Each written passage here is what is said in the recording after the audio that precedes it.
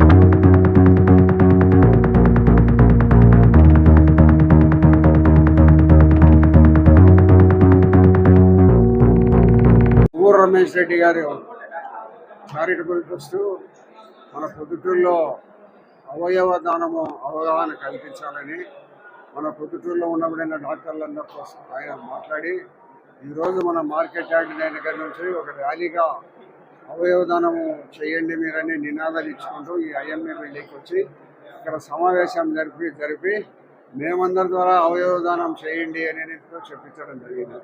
ఇదొక మంచి కార్యక్రమం. ప్రభుత్వాలు కూడా దీన్ని ప్రోత్సహిస్తున్నాయి. మాకు పార్టీ మీటింగ్లో గౌరవ ముఖ్యమంత్రి చంద్రబాబు నాయుడు గారు అవయవ దానాన్ని అవగాహన కల్పించే దానికోసం త్వరలోనే ప్రభుత్వం అన్ని ప్రాంతాలలో కూడా ఈ సమావేశాలు ఇవన్నీ పెట్టి అవయవ దానాన్ని మనం ప్రోత్సహించాలని చెప్పడం జరిగింది. దాంట్లో భాగంగానే ఆల్రెడీ ఈరోజు అందరికీ కూడా చెప్పడం జరిగింది. నేను మొట్టమొదట ఒకరికి చెప్పేదానికంటే ముందు నా అవయవ దానాలు కూడా నేను ఇవ్వడం కూడా జరిగింది. మా కుటుంబ సభ్యులకు కూడా అందరితో సంతకాలు పెట్టి ఇప్పిస్తాను. ఒకటి, చివరి దశలో మనం చనిపోతామని తెలిసినప్పుడు అతని శరీరంలో ఉంది కొన్ని భాగాలు, 5-6 భాగాలు ఎవరికైనా కూడా అటు అది ఆ లివర్ కానీ, మన కళ్ళు కానీ, మన అవయవంలో ఉండబడిన ఏ ఒక్కటైనా కూడా ఇతరులకు పనికొస్తుందని తెలిసినప్పుడు మనం చనిపోయే దశలో అతనికి ఇచ్చిన దాని వల్ల తప్పేముంది?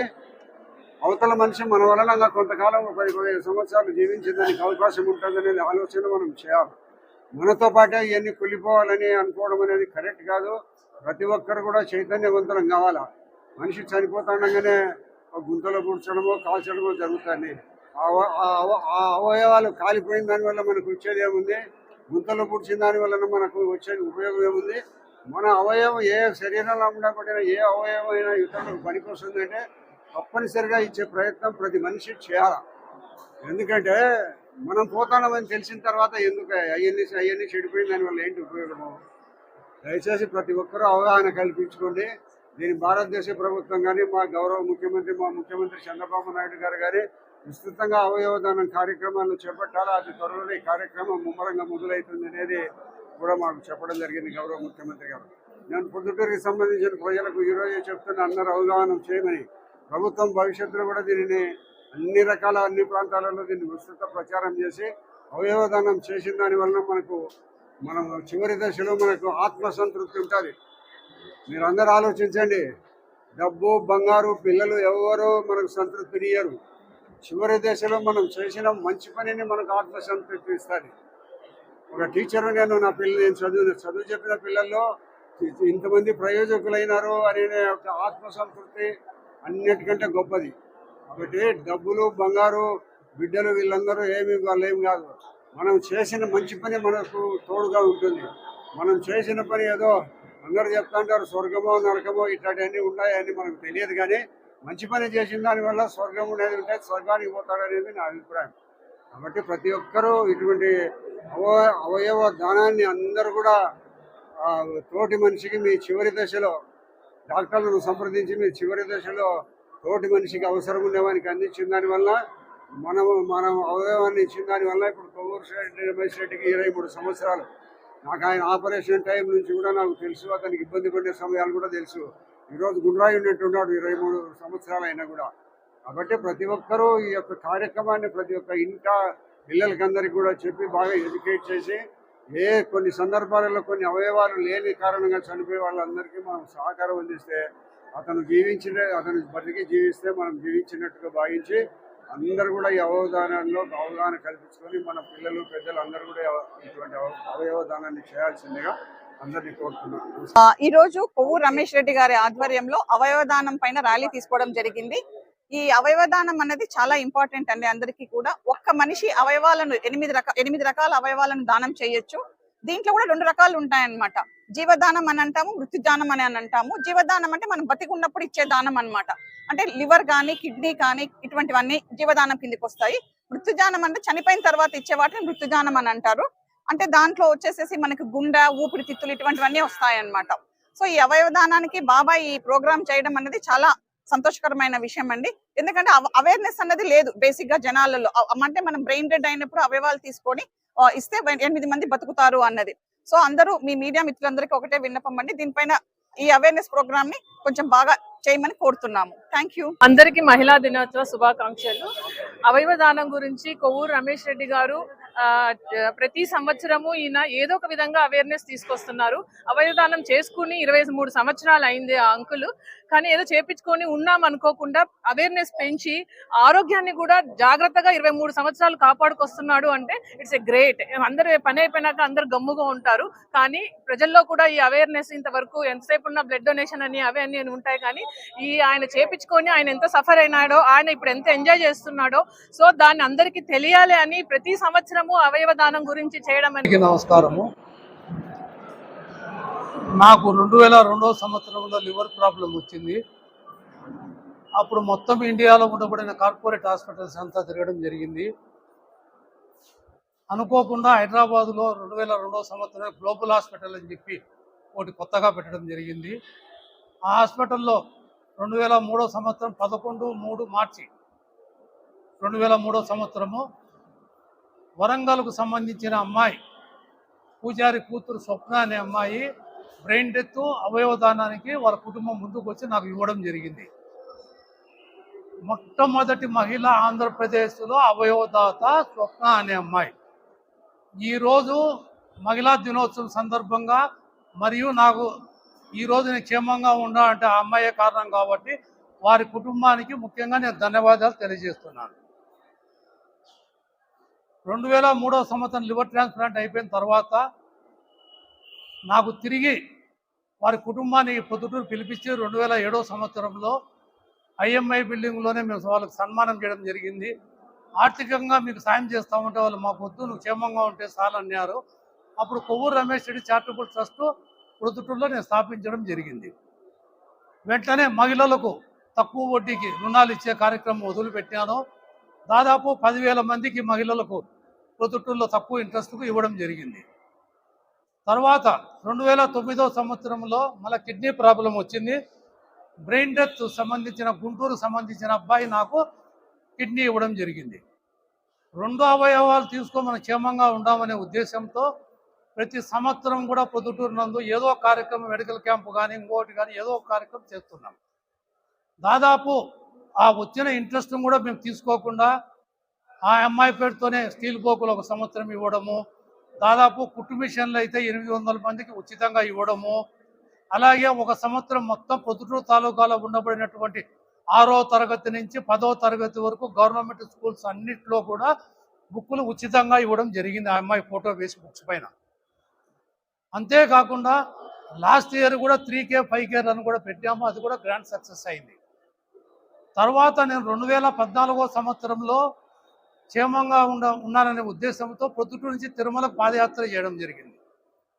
తిరుమలకు కూడా నేను పాదయాత్ర చేసినప్పుడు అన్ని కాలేజీలు, అన్ని స్కూల్స్లో కూడా మీటింగులు చెప్తూ అవగాహన కోసమే చేయడం జరిగింది.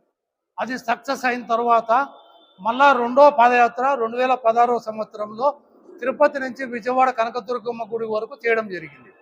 దాంట్లో కూడా ప్రతి ఊర్లో ఎక్కడ పోయినా కూడా జనం విపరీతంగా రావడము, కాలేజీలు, స్కూల్స్, అందరూ డాక్టర్లు, డిపార్ట్మెంటల్, పొలిటికల్ ఎక్కడ పోయినా వెల్కమ్ చెప్పి నాకు ఘనంగా ఈ కార్యక్రమం సక్సెస్ అయింది. తర్వాత 3వ కార్యక్రమం చేస్తుంటే నాకు మోకాలు నొప్పి వచ్చేసి ఇంతటితో నేను స్టాప్ చేయడం జరిగింది. కాబట్టి నేను చెప్పేది ఏమంటే ప్రతి ఒక్కరు కూడా అవయవదానానికి ముందుకు రావాలా. నేను ఈరోజు ఈ ప్రోగ్రాం పెట్టడం కారణం ఏమంటే ఒక్కటే చోట డాక్టర్స్, నర్సులు ఇంతమంది అవయవదానానికి రావడం నాకు తెలిసినంత వరకు ఇండియాలోనే ఇదే ప్రథమం. కాబట్టి ప్రతి డాక్టర్స్ కూడా మీరు అవయవదానానికి ముందుకు వస్తే ప్రజల్లో అవేర్నెస్ వస్తుంది.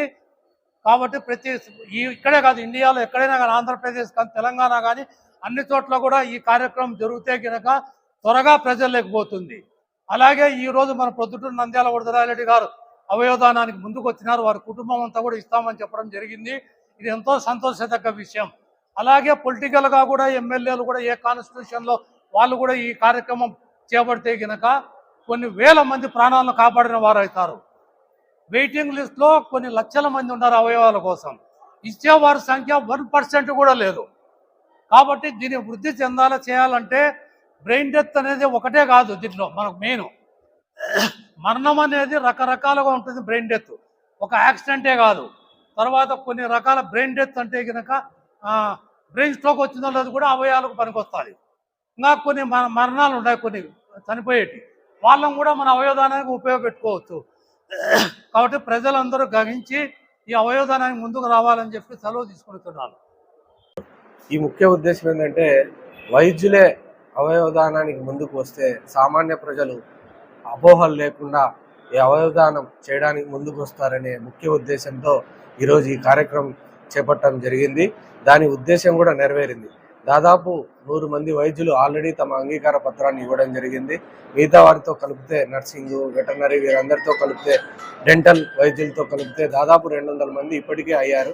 సో ఈ ర్యాలీ యొక్క, ఈ ప్రోగ్రాం యొక్క ముఖ్య ఉద్దేశం ఆల్రెడీ నెరవేరట్లే.